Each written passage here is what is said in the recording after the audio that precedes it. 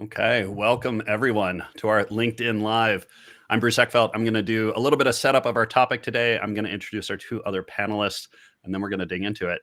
So our topic today is unlocking growth, making fractional executives work. Again, I'm Bruce Eckfeldt. I'm a leadership coach. I help companies with scaling and exiting.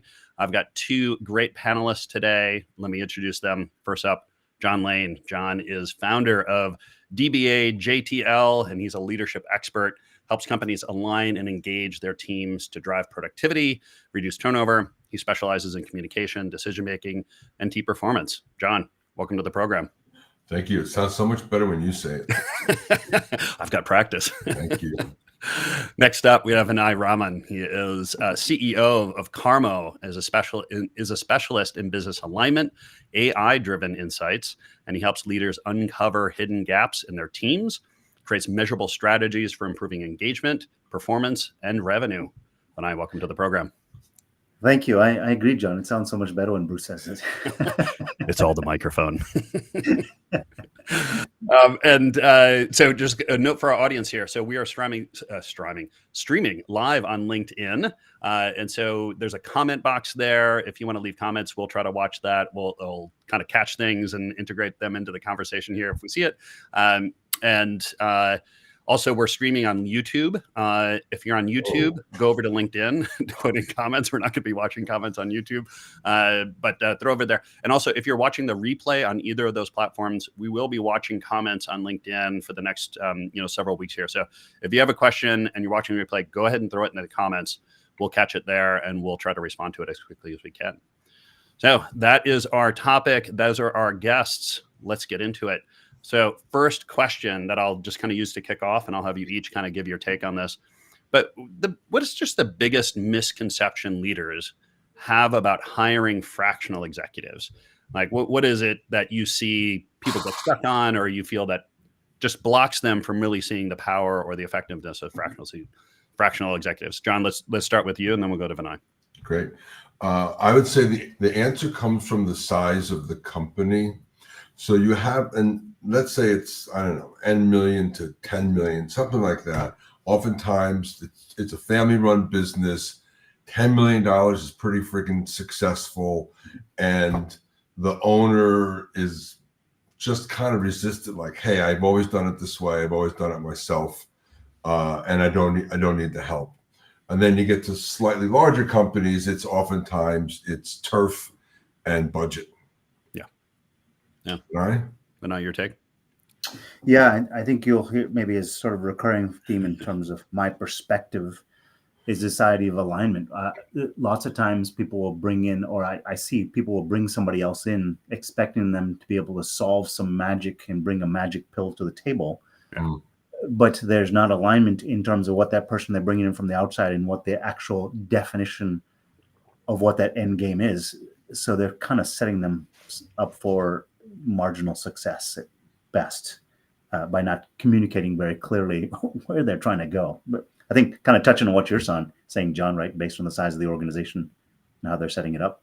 It's still resistance, and I still think it's hard for an outsider to convince somebody who is arguably successful that they need help. And so when there's objective data available, and Vinay will absolutely get to that, it helps depersonalize it. It helps the decision maker not go through the shame or blame phase. Yeah. Because it's not about either. It's about actually bringing some expertise that doesn't exist in the company into the company for mutual success. Yeah. So there's two things I'd love to kind of dig in on that. One is the financial side, and I definitely see this where founders, particularly kind of founders who they're very concerned about money, right? Like it's been their money. They own the company. It's been oftentimes they've invested a lot of money into getting to a company certain point. So budgets become an issue. And, the fact is a good fractional executive is going to be expensive, sometimes very expensive. Yeah. And they'll often look at that number, they'll extrapolate it to an annual salary, and they'll say, why am I paying $500,000, $800,000, for this person? And, helping them kind of do the calculus of, okay, well, you're not spending that much, right? You're having 10 hours a week or 5 hours a week or some fractional amount. And on an hourly rate, if you extract it, but otherwise you're hiring, say you're hiring a $250,000 executive, right? Like if you can hire a fractional for say 50, 75, maybe 100 for the year. And then you take that 150 and you can then invest in junior resources or other ways to leverage like that calculus sometimes is hard for leaders. How do you sort of see or help leaders kind of figure out that pricing or that kind of investment case for hiring fractionals? John, I'll go first on this one. I mean, someone told me a phrase a long time ago. It costs you twice as much to hire an amateur, and basically what it does is they're learning on your dime. At the end of the day, I don't want someone learning on my dime. I mean, if I'm thinking in terms of using the analogy of, I want the hired gun. I want the best sharpshooter possible to do the job for me, and I think some of that stems from this risk-averse mindset. I don't want to take a risk. I want to bide my risk, and I'll just hire somebody, and over time they've got to learn it. As opposed to when I get a fractional, I get a person who's going to do this because they've got the experience, they've got the knowledge, experiential learning, and perspective, where they can do something in 3 hours that it might take someone else 7 hours to do. Oh yeah.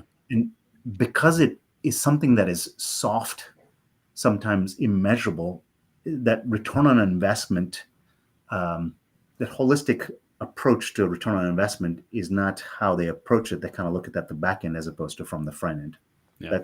That's the first thing that comes to mind for me. I'm always trying to look at the best sharpshooter possible when I'm trying to hire them, hit a target. Right? There's some joke, and I'm going to get it wrong. Something about the plumber who comes in and like looks at the system and then takes the hammer and knocks something, fixes it, and does a bill for like $5,000. And they're like, well, it's like, well, it's $5 for the striking the hammer, and it's $5,000 for knowing where to hit it. Right? It's kind of sometimes this knowledge is invaluable. Like you could spend a lot of time and a lot of money and actually never get the solution in some cases. Yeah, that's right. I mean, I mean, someone told me the story of I think it was Picasso was walking on the street. Some lady came up to him and said, "Hey, you're Pablo Picasso," and he goes, "Yes, why, yes, I am." She says, "Hey," he pulls out a pen and a piece of paper and sort of does something very similar. She said, "Can you do a portrait?"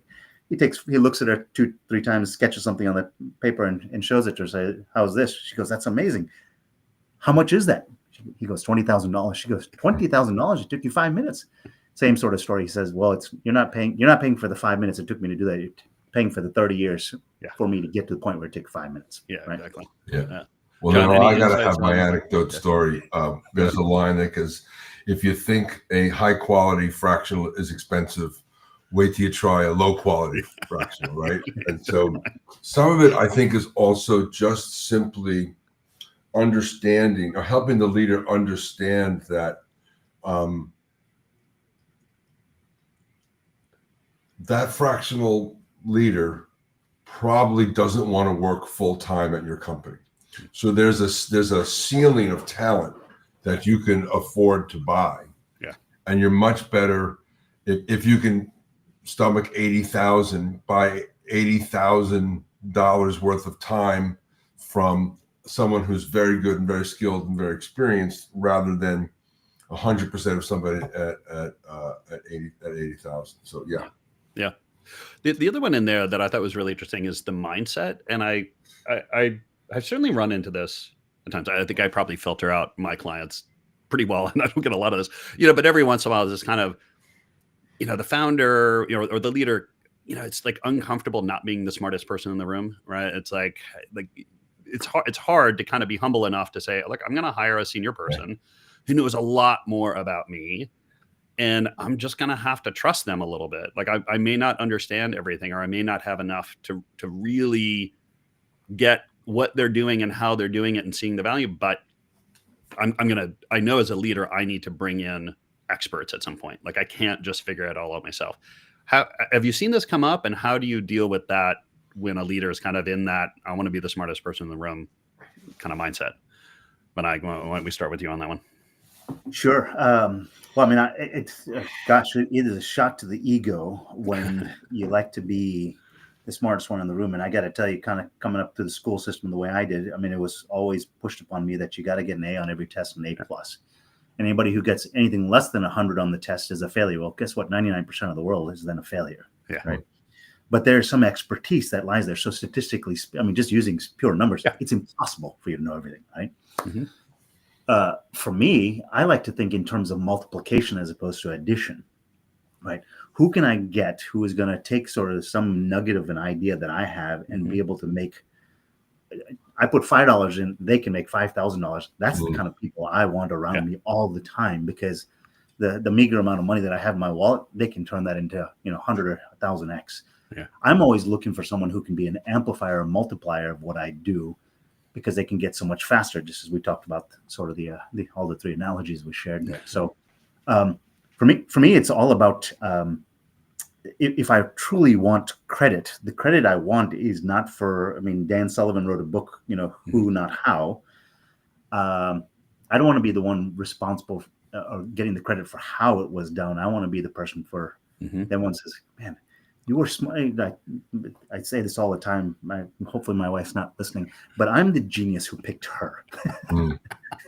That's the win, right? Exactly. So I want to be, notorious for being the guy who always picks the smartest person in the room, and somehow sharing that I was able to get them on my team, right? Yeah. I want to be able to get the Kobe Bryants and Shaquille O'Neal on my team, the Michael Jordans, the Scottie Pippens.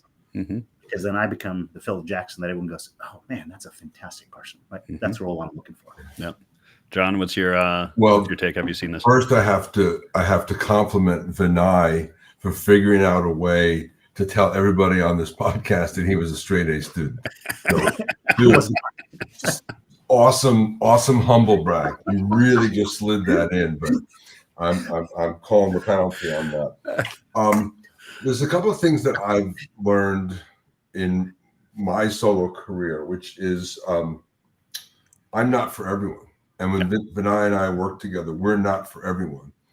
And so there's just some owners, and we always want to crack the case, but there's just some owners or business leaders who, despite the evidence, believe they have it all figured out.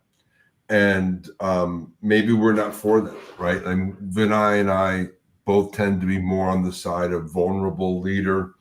We care that success happens, not as much who created the success or how the success was created in some ways. And so there may just not, there is a percent of I'll call them owners, whatever, that you can't reach.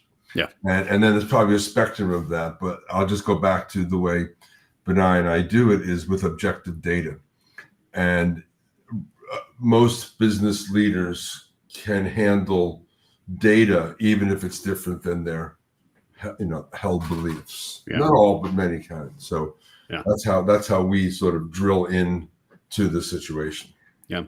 How would you suggest, I think it kind of comes down for me, and like, how do leaders actually, I think it's two questions. One is figure out what they need, right? Like how do they kind of self-diagnose their needs? And then how do they go about finding the right fractional to address those needs, right? Because I've seen both problems occur. It's like they hire a great person, but it's they're not really addressing the problem. It's the right great person for the wrong problem, or they've really identified what their issue is, and they just struggle to figure out how do I find the right fractional and engage the right way to actually move the needle on that problem. Insights on those? I know you guys do a lot of diagnostics and have kind of approach to this. Give me your take. Yeah, so I'll go first on that. It's actually something I focus a tremendous amount of time. Sort of what we've done as an organization is building a diagnostic that'll show that cultural alignment and misalignment in an organization. I've always loved personality indexes and tests. I mean, John does one of them, which I absolutely love, called OAD. But while personality tells you kind of how you operate, it doesn't sort of tell you the piece of how you fit in the role that you're operating within. Right? We all have an interpretation. I mean, if I come in as a CTO or chief operating officer or chief marketing officer, whatever the role is, right? Our conception of what that is and what the company is actually doing two different things. And the greater we can bring those things together, that's what we built the diagnostic. Then about 3 minutes, we'll show you how you think about it, how the rest of the team kind of thinks about it, and if there's alignment. So, maybe as appropriate, we can share that with the audience to do. Yeah. But being able to see that visually kind of disarms the whole process. We can start to visually see where there is alignment and misalignment, and it fundamentally shifts the conversation that you're able to have with people, so that, hey, the analogy I give people is if I went downstairs to tell my 3 kids and my wife, hey, we're going on vacation. One of them is thinking about going to Kenya on safari for a month because I had promised that at some point in time. One is thinking of going to Legoland. One is yada, yada, yada, right? And the whole time I was just thinking about Disney World and wearing a Mickey Mouse hat. So that level of misalignment happens within every organization as tariffs come into play, as new presidencies, new economic factors come into play.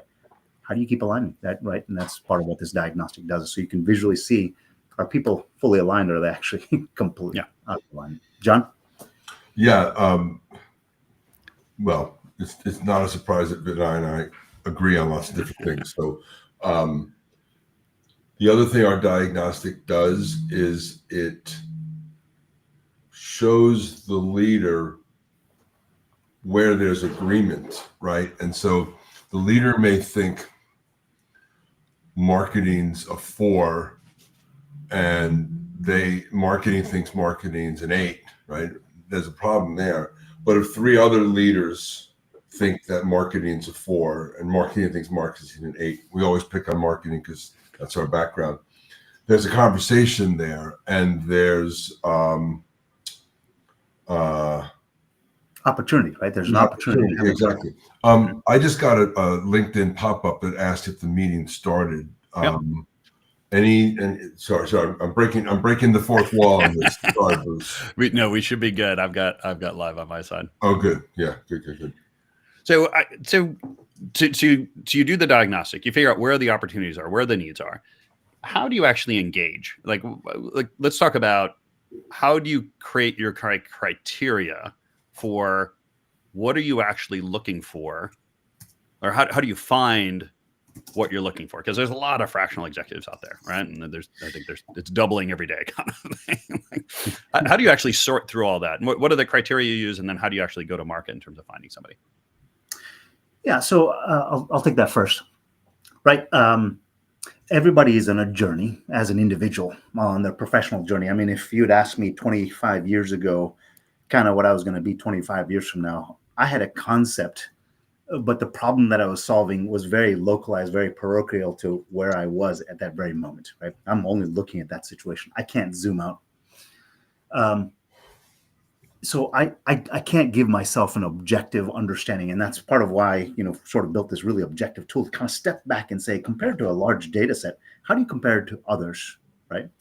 And what that allows you to see is that every culture has a custom set of needs, right? And how strong, like the example that John was given, everybody else on the team believes that marketing is a 4 out of 10.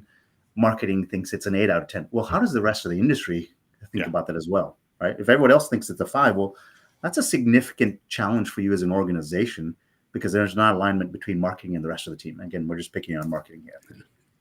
But I think that starts to give you or strongly influence your understanding of, hey, I got sort of this felt need of what my challenge is, but I can't get outside of the 4 walls of my organization to see if that's really true. It starts to give you I've always found, having been in and around the data and business intelligence states for a long time, data doesn't give you the answer. It tells you the questions to ask. And by being able to see that data, you go, wait, hold on a second. Why is my marketing so far off? Why is there so much disagreement? Yeah. And that starts to influence sort of the question you ask as in, maybe do we need somebody from a marketing point of view to come in and give us some grounding, that sharpshooter, if you will, to harden our marketing processes or the way we think about it. Yeah. I also think there's a first order, second order, and third order thinking, and sometimes that's trying to play dimensional chess. But as Vinay said, the data tell us the questions, not the answer. And so marketing may have a problem that's due to something else, right? And so it doesn't mean beat up the marketing leader. It doesn't mean even necessarily you need a fractional marketing leader. It means you have a bunch of questions to ask, and it shows you where you can start asking questions, suggest some questions, because that's where the answer is, and then um, um, you'll kind of figure your way through it. Yeah. Yeah. Another thing I wanted to kind of get on talk about, because I think this is sometimes a challenge, is it feels like a very big decision. Like, I'm going to invest a fair amount of money. I'm going to expose myself to a certain amount of risk and having someone in sort of tell me what to do, or potentially kind of mucking with my engine a little bit. Are there any ways to kind of de-risk this, or how do you kind of manage, particularly early stage of the process, to figure out, okay, are we going the right direction? Do I have the right person? Like, how do I make sure that I'm actually going to get the business results that I want from the investment that I'm making here? Any thoughts on how kind of the early stages, or pre-hire, or so, the final selection process, and then actually, say the first 30, 60, 90 days of engagement, how do you evaluate things? Any thoughts on that?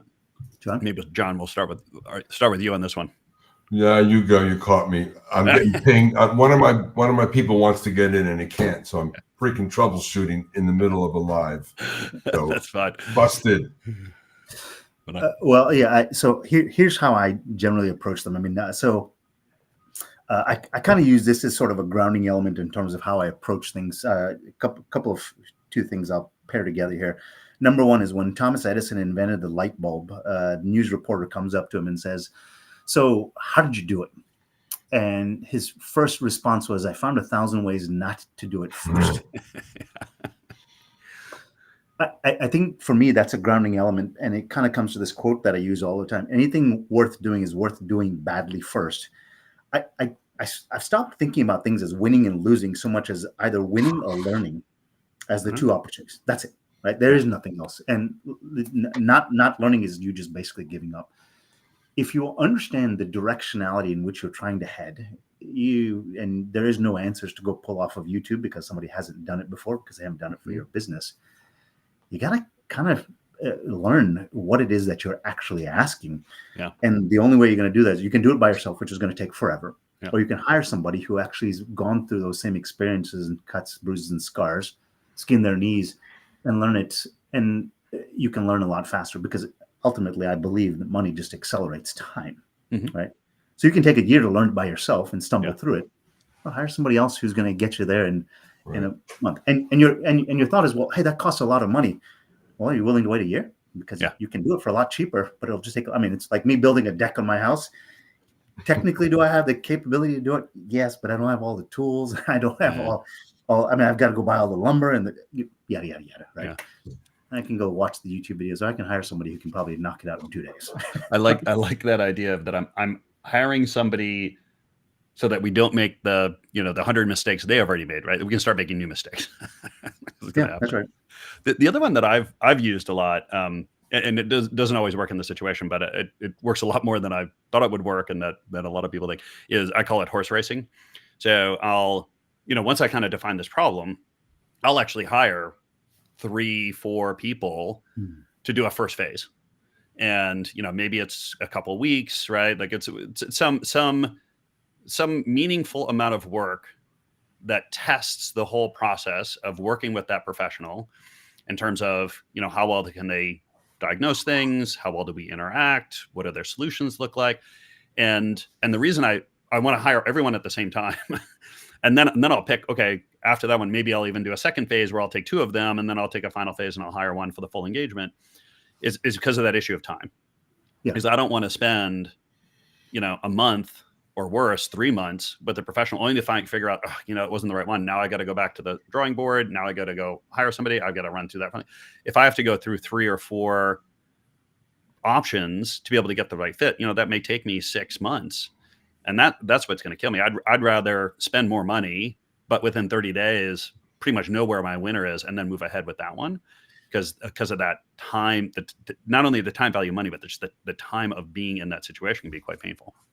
I mean, John, I'll just jump in real quick second here. I'd love to hear what you have to say, but I love that. I mean, I might even put that even a little more advanced way of doing it. I think that is what I do. Yeah. Because as a individual, I'm constantly trying to figure out, as a leader, I'm trying to constantly figure out, am I asking the right question? Because brilliant people that I know, and I aspire to be like some of these folks, they ask one question like, man, that's so fantastic a question. It gets right to the heart of the issue in the first question. I don't know if I'm doing that right. It just doesn't feel like, gut feel doesn't tell me it's right. How do I get there faster? Hire 3-4 people to answer the question. I get to the end of it, I was like, no, these 4 people weren't asking me. They're not helping me resolve what I'm trying to do. That's not what I wanted, but at least I've taken that off the table. Yeah, exactly. Right? So I love that approach. Yeah. Well, that's the whole, and I know it's been misconstrued in some ways. That's the whole fail fast mentality of a startup, which is, in a startup, the only asset you have is time. Now, money can buy you more time, as they say, but if you make a strategic decision to go left, what's the old saying? If you come for the king, kill the king. Go left as hard as you can and figure out if it was the correct decision. Yeah. And if it was, keep going. And if it's not, then you've learned a very important lesson very quickly. Don't go that direction anymore. Get it off the table. Choose another path. Yeah. But I think that's also a very small e enlightened leader. I think more of the stuff we'd run into is the more prosaic, like, how much does that cost? You know, it's just the mindset of the, I don't want to, I'll say mostly typical business owner finds themselves in. Yeah. And so you asked us earlier, how do you get somebody to make that decision to hire a fractional? I'm not sure we would still be in the room if we said, well, actually, don't hire 1, hire 4 and learn faster. That probably wouldn't win most of the time. But I think it is a good mental set. But I think the key point that you're saying is it kind of depends. What do you actually want out of this? Do you want to be right? Well, you probably can do it by yourself, and it might take you a year to get there. Yeah. If you want to get to right, there's a shortcut to that. That hack is bring in all the expertise to be able to very quickly tell you, here's the better question to ask. Yeah. It's up to you. When do you want to be right? Do you want to be right in a year, or do you want to be right in 30 days? One last thing, I want to squeeze it in before we run out of time, because I think this is the other thing that's really interesting about fractional executive, particularly with these kind of high growth company situations, which is, if I'm a $10 million company and I have a sales challenge, that's a particular type of challenge, and you need a particular type of executive to come in and really help you with that. But going from a 25 to a $50 million company is a really different type of challenge. And oftentimes I find one of the benefits of doing fractional is I may need this person for 12 months, 18 months, 24 months, but at that point, the problem shifts, and that might not be the right person at that point. And I need to be able to switch to the next level. And I've just seen this happen again and again, where they hire a full-time, say a salesperson or marketing, we'll pick on marketing more, a full-time marketing person, right? Crushes it for 12 months and then starts falling flat on their face because, the business has gone from, 10 to 25 million or from 25 to 50 million. And it's just a different game at that point. And I need to bring in someone else. And if that person is not, can't learn quick enough or can't evolve quick enough, like now I've invested in this person that becomes actually a weight on me rather than an accelerator. Have you seen this? I guess, give me your take on that kind of benefit of working with fractionals when you're dealing with that high growth situation. I think what you're talking about, like those high growth companies these days tend to be startups or former startups. And I do a whole workshop on this about helping startups hire properly. And exactly what you said is one of them. Startups tend to take shortcuts, or they don't have time, right? And so they make these hires that have a very low ceiling, right? And so the fractional way to go is a smart way in many ways. I think what founders fear is the loss of institutional knowledge, but that leader can leave anyway. And so we do plan to push a bit into that growth stage, startup phase, because you're right.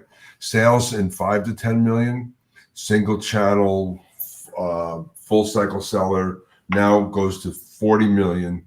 And now you've got sales operations, revenue operations. You got all these different departments that your sales builder just probably doesn't have experience in.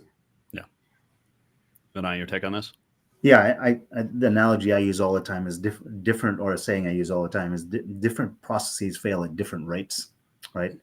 So your marketing may be good to go to 25 million, but your sales is only good to 12.8, for example, right?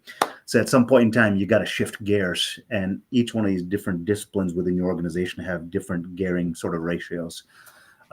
Hopefully, I'm not making this too complex, but the concept is that it perspective shifts in each kind of disciplines or those dark departments in your organization, and it is worth considering what stage are we at and what is that level of maturity. Because if we hit full maturity in marketing, for example, since we're picking on marketing, is it time to get to the next level, which it's a brand new level of maturity. It might be time to hire 4 people to come in and say, hey, well, how do we get to that next level? Yeah, exactly. Let me just add one last thing. I know we're going to last one is I'm working with a startup now, and they have to do a bit of a reorg, and that's fine. But one of the pushbacks I have for them is stop title inflation, right? We had a client who was 4 people, 6 people, and one guy had a title like head of global customer success or something like that. I was like, who's more senior than that, right? And so it's really important that if you are going to hire full time, hire a senior manager of sales who can do that level, so that you leave some headroom. Yeah. So not really a fractional discussion, but more of a discussion. Great conversation, gentlemen. If the marketing managers on here want to send you hate mail, how do they get a hold of you? John, let's start with you. Contact information. What's the best way? So LinkedIn is always best for me, and I have a very simple name. Email is john.lane@dbajtl.com. Excellent. And Vinay, what's the best way to go? Mine in India. Mine is a very simple name. It's but my email address. LinkedIn is a perfect way to find me. Vinay Raman at Carmo, or Vinay R.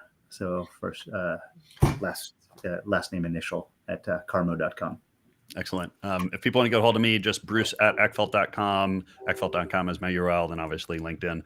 Gentlemen, thank you for the conversation today. This has been great. I really appreciate it. Yeah, thanks for the opportunity. Thank you.